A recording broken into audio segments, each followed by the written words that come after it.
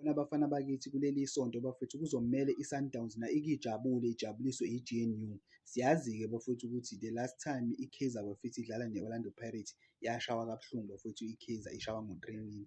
Asikaze-ke thina isijabulise leyo nto singabalandeli be-Sundowns siyiphathi ye-GNU. So ngempela i-Kaizer bafowethu kuzomele ikithi nathi ukusijabulisa.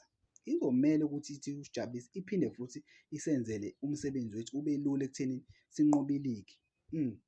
Angazi-ke bafowethu noma lokho kuzokwenzekani, kodwa engikuthandayo i-Kaizer iya nje kulo mdlalo isike yawina imidlalo ewu-5 ekulandelana.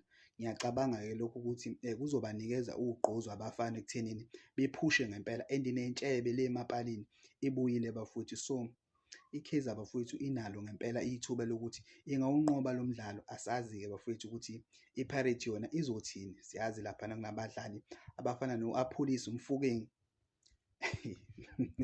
uyazi ukuthi ngiqonde ukuthini.